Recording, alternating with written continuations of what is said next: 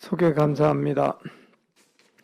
오늘 저는 이제 오후에 간행 세션을 주관하고 있는데 이렇게 국제협력 세션에 초청해 주셔서 감사드리고요. 학술지 관련돼서 실제 사례와 함께 몇 가지 좀 정리한 얘기를 말씀드리고자 합니다. 근데 제가 영상의학회를 굉장히 부러워하거든요. 저는 기생충학 열대의학회 소속인데 기초학회기도 하고 규모도 인원도 작고 그거에 비하면 영상의학회는 여러 가지로 놀래키고 있는 학회인데 오늘 좀 전에 이활 교수 그 발표 보고 또 한 번 놀랬습니다. 근데 학회가 우선 국제협력에 돈을 많이 들이고 있다는 그런 인상을 받았습니다. 돈 안 들이고선 좀 어려울 것 같은데요. 우선 학술지가 현재 우리나라에서 발행하는 학술지 그냥 오버럴하게 한번 보면요. 정확하게 아무도 모릅니다. 현재 우리나라에서 학술지가 몇 종이 나오는지 잘 모르는데요. 연구재단에서 추정하기로 5,000종이 넘는다고 보고 있습니다. 네, 연구재단 등재지 또는 등재 후보지가 현재 2,400종이 있습니다. 그러니까 이제 말하자면 이제 제대로 된 좀 번듯한 학술지는 2,400종 정도 수준에 있다는 거고요. 의학학술지가 웹 오브 사이언스에 현재 53종 등재되어 있습니다. 과학학술지 전체는 138종 등재되어 있고요. 매들라인에 27종이 있습니다. 퍼브메드 센트럴에 125종이 있습니다. 그리고 우리가 이제 한국판 퍼브메드라는 거를 의편협에서 코리아메드로 해서 발간하고 있죠. 여기 등재된 학술지가 267종이 있습니다. 이건 이제 의학 분야 학술지의 스테이터스로 일단 말씀을 드리고요. 학술지 차원에서 학회 간 국제 교류를 한다. 그러면 뭐가 가능할까? 우선 뭐 학술지를 공동 발행하는 게 가능하겠고 실제 그런 사례가 있고요. 그다음에 자문위원, 편집위원, 심사위원 교류가 가능하겠습니다. 그리고 뭐 좀 전에 한 워크숍이나 학술 대회 그런 것도 뭐 있을 수 있겠고요. 원고를 서로 이렇게 상호 투고하고 출간하는 거 물론 가능하겠고요. 그러면서 이제 뭐 MOU가 있어서 서로 저자 부담금을 뭐 좀 깎아주든지 면제하든지 그런 이제 교류도 가능하겠고요. 조희윤 교수가 발표한 내용에 좀 언급이 있는데 지역 학술 공동체 그러니까 무슨 협의체를 구성하는 거죠. 그 대표적인 게 아파메입니다. 현재 의편협이라고 우리가 부르는 이제 코리안 어소시에이션 오브 메디컬 저널 에디터스에서 캄제라고 부르는 게 1996년에 결성하면서 거기서 주도해서 아시아 지역의 협의체를 만들었습니다. Asian Pacific Association of Medical Journal Editors 해서 아파메라고 부르고요. 이 아파메가 주도해서 DB를 위프림이라고 그래서 웨스턴 퍼시픽 리저널 인덱스 메디쿠스 해서 이제 코리아메드를 좀 이제 다른 아시아 국가 이 아파메 회원국 해서 만들어서 이제 코리아메드를 확장한 거지 아시아판으로 그렇게 해서 DB 구축해서 이제 로컬 저널들을 이제 비주얼라이즈 할 수 있게 이런 시스템을 구축한 사례도 있습니다. 근데 시간 관계상 이 내용은 구체적으로 제가 더 언급은 하지는 않겠고요. 학술지 차원에서 국제교류 절차를 뭐 한다면 뭐 학회 간 우선 MOU를 하든지 뭐 일단 사전 협의가 돼야 되겠죠. 그리고 교류하고 약정서 MOU 서명하고 그다음에 이제 편집인 간의 소통을 하면서 구체적으로 어떻게 교류할 것인가 해서 그 내용을 협의해서 이제 시행을 하면 되겠습니다. 그래서 편집인은 이 교류에서 이제 일단 학술지를 대표하고 학회에서 학술지를 관장하고 있으니까 학술지 교류에서는 학회를 대표하는 역할을 편집인이 해야 되겠습니다. 그리고 학술지 교류를 위해서 학회 내 소통을 주관해야 되겠고요. 뭐 상대에게 학술지 소개하고 편집인 간 소통 또는 교류 항목 구체적인 협의, 그다음에 뭐 구체적인 교류 내용이나 그 사람에 대한 추천 그런 것들을 편집인이 해야 되겠고요. 그러려면 사실 국제 협력을 담당한 임원 그 이사님과 편집인이 긴밀하게 소통해야 되겠죠. 당연히 그렇죠. 그래서 뭐 그 상대 카운터파트를 국제협력 이사가 먼저 제안해서 편집인이 뭐 할 수도 있을 거고 또는 경우에 따라서는 편집인이 먼저 국제협력 이사에게 뭐 교류하고 싶은 학술지를 추천하면서 서로 학회 내에서 일을 추진할 수도 있겠습니다.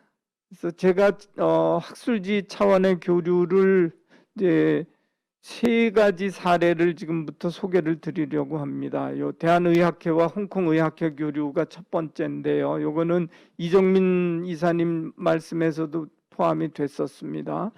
그래서 2018년에 교류 협정을 양 의학회가 하고 서로 교차 방문하고 나서 금년에 편집위원 교차 추천해서 참여하고 있고요.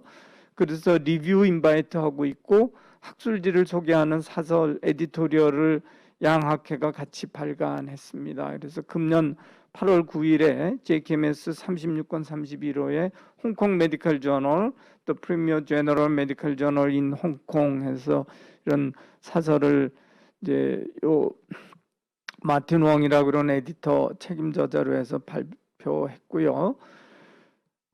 이거에 대한 이제 그 상호 협력 차원에서 홍콩 메디컬 저널에 저널 오브 코리안 메디컬 사이언스 인플루엔셜 플래그십 메디컬 저널 인 더 리퍼블릭 오브 코리아 이런 이름으로 해서 저희 부편집인들하고 같이 그리고 국제이사님도 그 공저자로 해서 에디토리얼을 발간했습니다. 이게 이제 상대방 저널 독자에게 이제 저널을 서로 홍보하는 그런 내용으로 했고요. 실제로 이제 에디토리얼 보드에도 이렇게 홍콩에서 추천한 분들을 올렸고 이제 요 서브젝트에 맞는 저널 원고가 들어오면 이제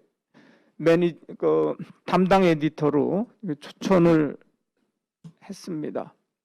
그리고 실제로 서브미션도 홍콩에서 들어왔습니다.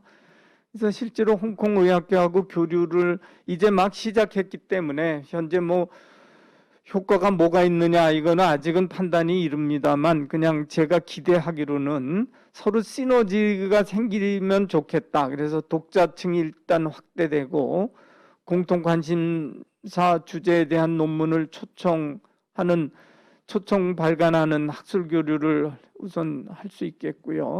그 다음에 리뷰어, 전문가 심사를 위한 리뷰어가 확장되는 효과는 확실하게 있겠습니다.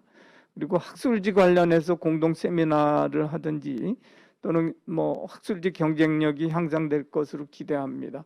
아까 제가 그 소개했던 아파메는 사실은 홍콩 메디컬 저널 에디터들은 아파메는 참여하지 않고 있습니다.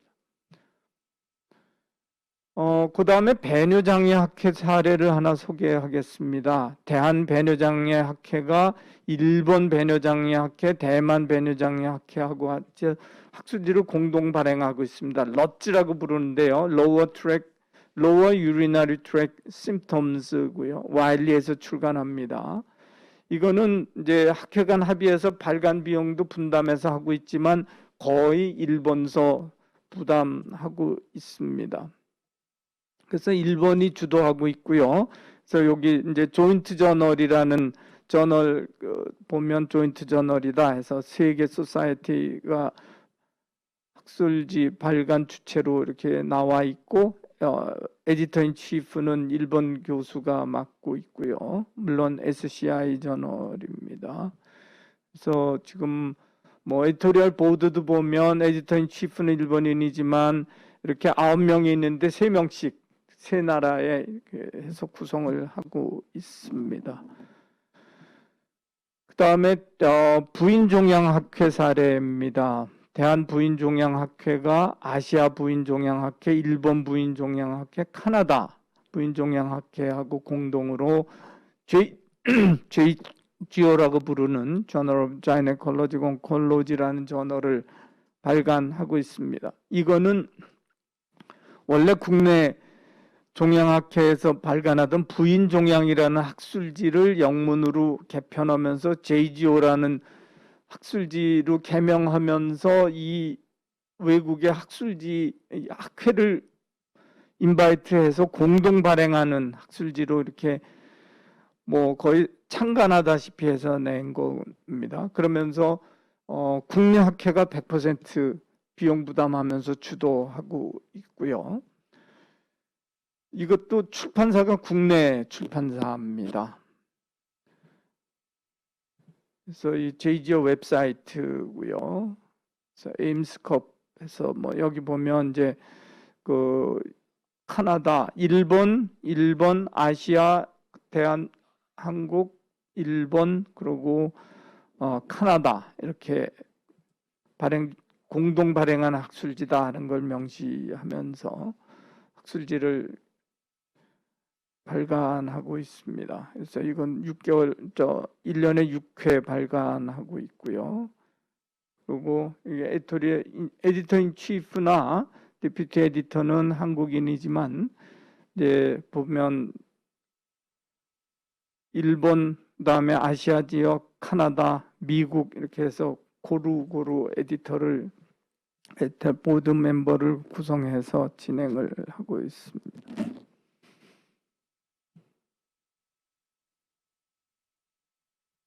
그래서 학술지가 학회 간 국제협력에서 굉장히 우선 적합한 항목이다라고 생각을 합니다. 왜냐하면 학술지 발간이 이제 국내에서는 의편협이 1996년에 개편하면서 의편협이 한 일의 제일 큰 공로가 학술지 발간의 국제 표준화를 이제 실제로 실행한 겁니다. 그러니까 국내에서 발행하는 모든 의학 학술지들이 의편협 활동을 통해서 국제 표준에 맞게 발간을 이미 했습니다. 거의 2000년 정도 넘어가면서는 다 국제 표준에 맞게 발간을 하고 있습니다. 그래서 글로벌 표준이 이미 돼 있기 때문에 외국과 교류해서 아주 수월하게 큰 문제 없이 협력이 가능한 거고요. 그리고 연구도 덩달아서 우리나라의 의학 연구도 국제 수준에 올라 있기 때문에 학술지 발간에서 서로 장애물이라 그럴까요? 그런 게 하나도 없이 쉽게 접근할 수 있겠다 하는 거고요. 참여학회 간 시너지 효과가 실제로 해보면 JGO나 러츠 같이 아주 성공적인 사례로 진행되고 있는 그런 모델들이 있어서